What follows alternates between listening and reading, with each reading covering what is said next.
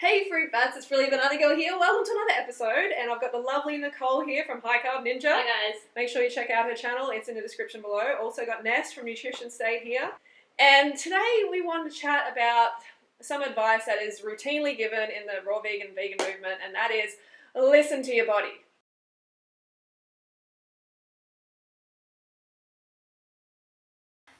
Yeah, I think you've got to be really careful what kind of recommendations you give out, especially if you don't have a lot of experience on this lifestyle.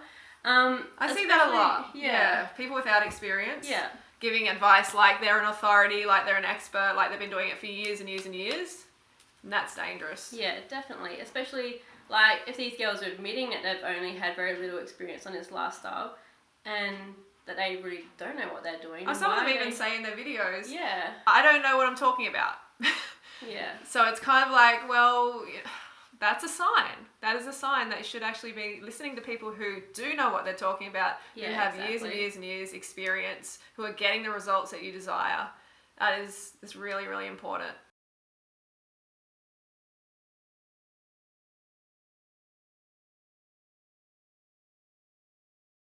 So we can see this being a really big problem, and like when I first came to this movement, I was definitely giving that advice because I didn't understand what it took to stay on this lifestyle long term. Yeah, I've seen it a lot lately, and I find it frustrating because I've been there and I've done that pretty much. Like when it becomes like if you've been conditioned in a certain way your whole life, then Our whole lives. yeah, Like, yeah, it's a long time. oh. Your perceptions change as well, so it's not just like You don't fucking know your body. exactly. I'm just very passionate about it. I've got like a bit of Tourette's going on here. No offense to it. Yeah, you don't know your body. You have to relearn. You have to get reacquainted with your body definitely. and what your body actually needs. And it's not what your ego thinks it needs.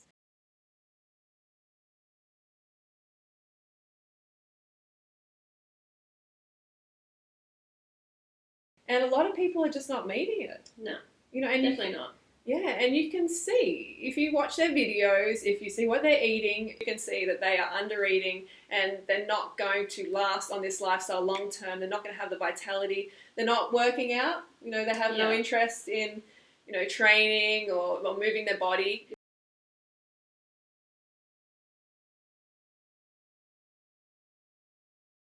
Exactly. And it's healthy to be active. It's not healthy to be sedentary. I just want to, communicate that to you now. It is not healthy to be sedentary. We are designed to move our bodies. You know all about that, hey? Because you came from a background of intense sport, hey? Yeah, I was an athlete for a while, and it's healthy to move your body, but at the same time you can do too much, and I underate at the same time. And I guess that really just goes on to balance. The calories in, calories out issue as well. Like a lot of people using that to support it. And I used to do the whole calories in, calories out. It's not working. Everybody's still fat in society. We have an obesity problem.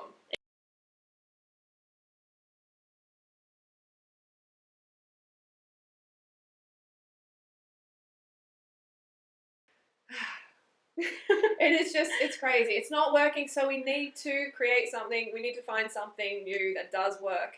And eating as much as you care for, over 2,000 calories, okay? Under 2,000 calories, and that is a starvation diet. And you might be like going, no, that's not true, and I'm only 4'10" and this and that, but it doesn't matter what height or what weight you are. If you want to be truly the best, you want to be energetic, you want to meet all your nutritional needs, you're going to have to get over 2,000 calories a day. Like the World Health Organization says. It's not just us saying it. Yeah, no, it's not just us saying it. The recommendations are out there, the Australian recommendations, the USDA recommendations. That is, anything under 2,000 is essentially a child's diet. Yeah.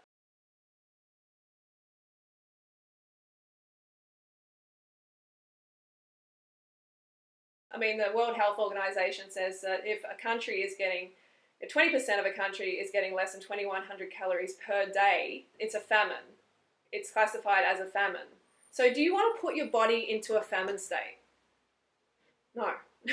You're going to turn your body into a really efficient fat storer. Yeah. That's what you're going to do. I mean, I've seen it so many times over and over. Like newbies come to this movement, they undereat, They fall off the wagon, and a lot of time they make videos saying, oh, raw vegan didn't work for me, or I got deficiencies from raw vegan or vegan lifestyle. And it's like, no, you just didn't do it properly. That's the thing. You got to do it properly. Yeah. You got to eat enough. Don't be afraid to eat. Eat. It's fun. It's awesome.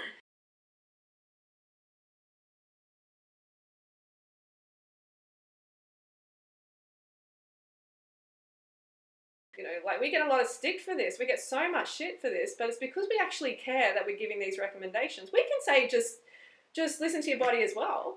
We can easily just give those subjective recommendations, but it does not keep people on this lifestyle long term. Those recommendations are really dangerous as well for girls that are coming from eating disorders. It is. Because to go and tell someone who's suffering from anorexia or bulimia, just eat as much as you want, and they might eat like less than 1,000 calories a day because they're listening to their body. Exactly. And have one banana for breakfast or something. Exactly. Because their whole perceptions around hunger, their hunger signals are all messed up. So their whole perception has changed. You know, they might go, maybe it's a few apples for lunch. Oh, I'm so full. But that's what their mind's telling them because they've been conditioned to think that way with their eating disorder. So exactly. Those recommendations in the beginning can be very dangerous. So they're not meeting their nutritional requirements. Exactly. And they're going to get hormonal problems, hair's going to fall out, all sorts of issues. Well, if they've had an eating disorder, they probably already have hormonal problems. So they're definitely not going to heal it. No.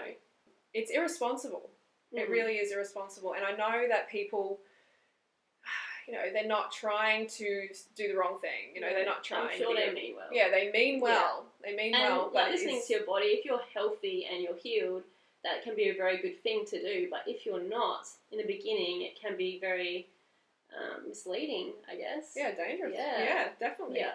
Like, it's like, I know I say it a lot, but it's not going to keep you on the lifestyle long term. And that's what the goal is, to keep you on it long term, long enough so you get those results that you desire. You can actually get the benefits of it. People say, I'm only just sharing my own personal experiences, but if you're sharing that online on social media, you are influencing other people. Mm-hmm. And you're responsible. You're responsible for your recommendations. Your experiences are their recommendations. So you're going to be critiqued. And that's just the fact of being on social media. So... And you might be encouraging an eating disorder in someone. Yeah. That's a reality. You might be sending them back to where they came from, or developing one. Yeah, definitely. And it's confusing information. Like, I've had messages or emails and that from girls who have been seeing these videos, and they are so fucking confused about it because they're seeing videos from myself and Freely and other people that are saying, you've got to make sure you're eating enough. And then they're seeing these videos that they're saying, oh, no, you need to restrict. It's calories in, calories out. And I'm getting messages from these girls like saying, I'm so confused. And I think it's wrong. It is wrong. Yeah. It just doesn't work. The calories in, calories out. As we said, it doesn't work. It's like, just eat as much as you care for. And you might be like, well, I only feel like 1,000 calories. Well, you're going to have to get used to eating more than that because you're not going to meet your nutritional requirements. You're just not going to. So you're going to have to encourage some more calories into your life. Yeah. And are we saying, stuff it in and until you spew every day? Like, do you do that? No, we do not do that. We don't even say that. It's like, it's crazy. But people use that as an excuse a lot. Have you seen that? Yeah, I've seen that. They use that as an excuse, like, oh, Hallie and Freely, I'm trying to meet their recommendations and I stuffed it in and that's why this happened and that happened. No, you were just enjoying eating enough. And that's okay. It's just that when people gain a little bit of weight, that's when they want to jump off. Yeah. But you got to understand that's part of the healing phase you need to go through in order to heal your metabolism. I mean, you're coming from these 1,600 calorie starvation diets or 1,200 or whatever to an adequate nutritional program like this, and finally you're going to get a chance to heal. So your body is going to potentially gain some weight. But you got to get through that. I went through it too. You're going to get through it if you just stay on track and make sure you are carved up. That's why we have these recommendations, because we want you to stay carved up long enough to get the results that you desire. Just realise that it takes years to be unconditioned from society. So to listen to your body, that's not good enough. Just because we've spent so much time being told carbs are bad, eat less. Listen to the people who are getting the results you want. Yeah. Long term. That's a big one, long term. You undereat on a vegan diet, you'll go off a vegan diet.